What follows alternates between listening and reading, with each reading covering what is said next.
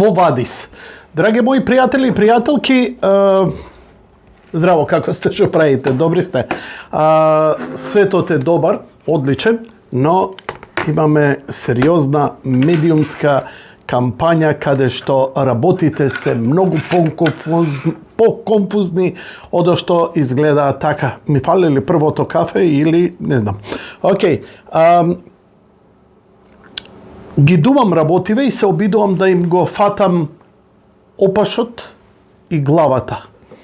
Ситуацијата, ако vulture culture, можам да ви ја опишам, барем како ја ја разбираме, како змија која си го каснува собствениот опаш. Дали е тоа некое смислено лукавство или едноставно природата на зверот кој што нели, која ќе се качи на жабата и која го пренесува преку водата, ја убива сред вода, вика, зошто ме уби, вика, сега двајцата ќе се удавиме. Таква ми е природата, вика, не можам се воздржам. Имено, најголемијата криза светска, воена и политичка е на Блискиот Исток. Не е Украина и Русија. Иако и Украина и Русија е натегнување кое може да преовлада, оно е буре барут, кое кога ќе експлодира ќе биде страшно. Но русите играат многу попаметно, а лудациве проевропски кои се намаша на длабоката држава, мислам дека немаат ментален капацитет за она што на еден политичар му треба. Што му треба еден политичар да го направи голем, добар? Тоа е визионерство. Визионерство, кога влечеш еден потек, да имаш во предвид какви се консеквенции, последици и кои нови работи ќе можат да се отворат и како ќе се справи со нив. Знаете, многу од вас сте проруски, прокинески, а некои проамерикански, нели, ориентирани. Некои викаат, ајде да пресечеме и скачаме од НАТО, вака ќе направиме и ништо, кој што ни може. Знаете, сигурно има политичари кои се согласуваат со вас, но разликата помеѓу еден политичар визионер и вас е што јас и вие не можеме да ги согледаме последиците што ќе биде за 5 до 10 години. Знам дека многу мина сте храбри и со задоволство би се жртвувале и себе си и својата фамилија во име на правдата и некаква иднина, ако воопшто постои. Знаете, на таква ситуација може да ја доведе Македонија во една палестинска состојба. Олку фали. Нас, за разлика од гледате, Палестина е поддржана од сите соседни земји и што и се случува?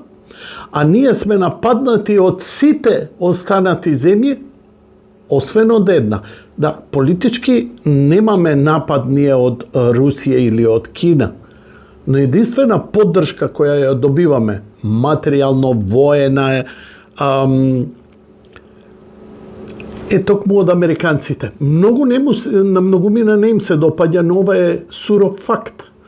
Американците вложија овдека во медиуми, јас сум 35 години во медиумите, никогаш никаква покана никој не добил од моите колеги да заработува, се создаде една клика од новинари и политичари кои ќе бидат происточно или алтернативно поддржани. И тоа не е спречено од страна на НАТО или американците. Напротив, не се вложува. Знаете, неколку мои колеги беа во Русија токму за оваа работа. Вика, ја ќе отидам, ќе преговарам, ете, до нас било, имаше, нели, некои моторџи, со Путин се виделе и они, не знам, ова, она, до нас било. Зошто немаме поблиски релации со Русија? Некои мои колеги се видео и со Дугин. Дугин е идеологот на Русија, идеологиот и советник на Путин. Се видео и со Путин. Искрено да ви кажам, така се разочарани се вратија, вика, воопште, значи, ја спомнуваш Македонија, не трепнуваат, вака, празно. Не име во никаков интерес. Формално, да, имаме некаков, и тоа кога нема нешто подобро или кога јас вака ќе изреагирам, знаете што ми велат? Ми велат, види, ние не сме дале покана. Џони, ние никому не дадовме покана, овдека овој простор си го завладеа тој што запна, или да не идам со нели, која легнува женската? Упорниот.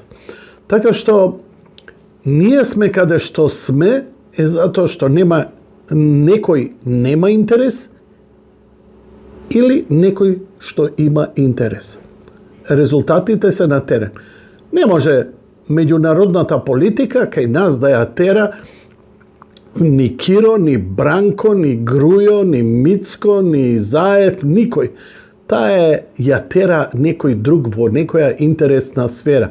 А така е од Јалта наваму. Дали ние се слагаме или не, тоа е апсолутно и треба да има ако веќе сметаме дека демократијата е добра, нели, да има алтернативни размислувања заради корекции, заради намалување на криминалот, заради некоректни потези или злоупотреби на такво нешто.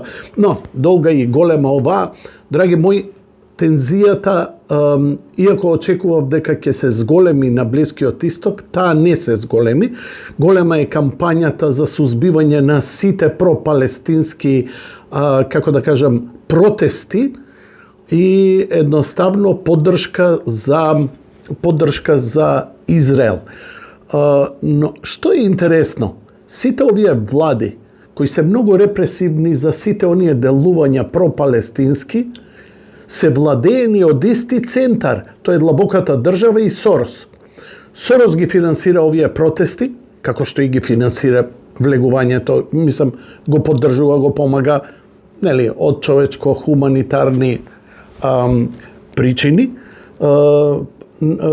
Големата преселба на народите од Африка и Блискиот и Средниот Исток во Америка и во Европа пред се, а од друга страна го поддржува Израел. И тоа е еден те исти централ кој генерира криза на терен во европските држави, криза на Блискиот Исток со некоја крајна цел. Каква? По мене е да се сруши автентичната, мислам дека израелците имаат автентична влада која не е контролирана од други центри, колку и да ни се допаѓа или не. И нив Нетањаху име мета веќе подолго време. Неколку пати го имам кажано тука и ќе го повторам. Шарена револуција таму се одвиваше до нападите на Иран. И откако Иран почна, нели, ова со палестинците и така натаму, конфликтот Иран, Либан и Хезбулах и после оваа специјална војна што се направи, значи, замислите генерирање на криза низ цел свет од еден извор. Значи, иако, нели, сметаш дека, имаме пропалестински и произраелски. Едните се лоши, другите се добри. А едните и другите од еден те исти центар се поддржани. Но кога ќе видиш палестинците, па и се поддржани од Кина, од Иран, од Русија, како сега поддржани од истите западни центри. Тука е големата игра која ама никој на планетава не може да ја согледа, затоа што е, како да ви кажам, како кромит, љушпа. Колку и да кажете е точно, ама не е тоа поентата. На крај се сведува единствено дека контролата е многу поголема за остварување на насоките, колку помалку мир има во општествата и поделби.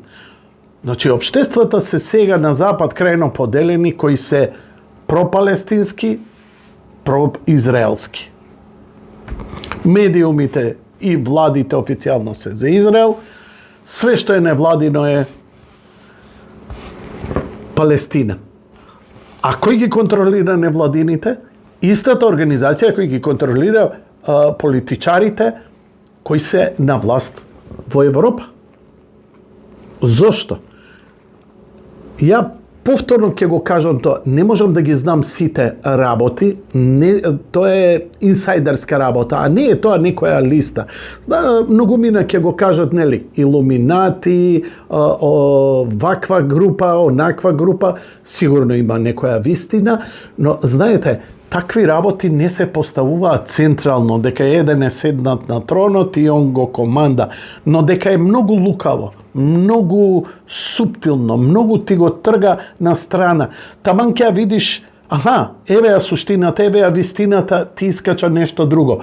Затоа што, колку што сме и ние паметни и лукави, тие кои ги водат овие конци се уште полукави. Водете сметка што се случува на далечниот исток. Северна Кореја ги дигна во воздух мостовите кои ја поврзуваа Северна и Јужна Кореја. Они се, нели, по паралелата се поделени, но сепак оставија за некакви комуникации. Во меѓувреме, видеа кои покажуваат стотици хеликоптери воени од Јужна Кореја кои веќе прават одредени маневри од точка А на точка Б. Конфликт помеѓу Северна и Јужна Кореја? Интересно. Северна Кореја е поддржана од Русија и од Кина. И тоа сериозно. Инаку Северна Кореја е гола вода. Гола вода. Тие со пушки. Но, што стои и која логистика зад нив е сосема друго. Од трета страна, Јапонија и тоа како ќе ја поддржи Јужна Кореја. Американците тука нема збор, а кинезите велат ќе се обединат двете Кини, а тоа е Тајван и Кина. Американците нема да го дозволат тоа во име на демократијата, иако па е нонсенс, затоа што системот веќе скоро е изедначен. Ако Тајван беше одвоен заради комунизмот во Кина и неможноста да се спроведе демократија и капитализам, бидејќи пред се капитализмот, не е демократијата во прашање и идеологијата, туку, нели, бизнисмени да си вложуваат, да се збогатат луѓе да прават.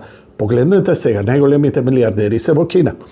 Да, еднопартиска е, нема 5 партии како во Тајван, но зошто тогаш олку напнуваат околу целава работа? Замислете ја моќта колку кратно ќе се зголеми на Кина. Идеолошки, материјално и економски, кога двете земји ќе се спојат. Не да ги окупира. Кина е препаметна. Ако ја окупира, тоа значи конфликт, тоа значи уништување, тоа значи трошење ресурси. Но ако успее да направи некаков лукав, до сега невиден начин, тоа ќе биде, не знам како, да ги спои Кина и Тајван, тоа ќе биде неверојатен, без преседан успех за Кина како земја, како држава, која веќе како економија е број 1 пред американската. У овој момент конфузијата е уште поголема, а американците немаат некаков визионер како што беше Роналд Реган, како што беше Ричард Никсон, како што беше Абрахам Линколн. Они ги немаат таква класа на политичари, освен оние кои размислуваат локално и за локалните интереси, кои воено-индустријскиот комплекс им го поддржуваат и кои војниот комплекс размислуваат краткорочно. Дај за овие 2-3 години шерхолдерите да направиме, да натепаме пари и така натаму. Многу ќе биде појасно по изборите. Сега сме 20 октомври, кога го снимам ово, на 23 ќе биде емитувано. Значи за 7 до 10 дена ќе бидат изборите во Соединетите Американски држави, каде што имаме екипа како што е, нели, начело со Доналд Трамп, начело со Валц како подпредседател, млад, интелигентен, му ги следев, говорите така добар и рационален е како политичар, што ќе биде извредно надополнување на менаџерските способности на Доналд Трамп. И Доналд Трамп не е толку добар политичар колку што е добар менаџер. И затоа е успешен. Но со извореден политичар, како што е неговиот заменик председател, мислам дека ќе биде страшно добра екипа. Нив им се приклучи и Кенеди, внукот на Кенеди, им се приклучи Елон Маск, генијалецот, кој ја стави повторно Америка на технолошкиот развој, она што од секогаш била. Последното Америка големо што го направи беше Стив Џобс, кога го извади iPhone-от, ама од тогаш поминаа 20 години. Ништо нема истакнување. Не зборам за иновација. Иновации веќе нема, све измислено. Сега како ќе го спакуваш на нешто да биде практично и масовно и употребливо секому?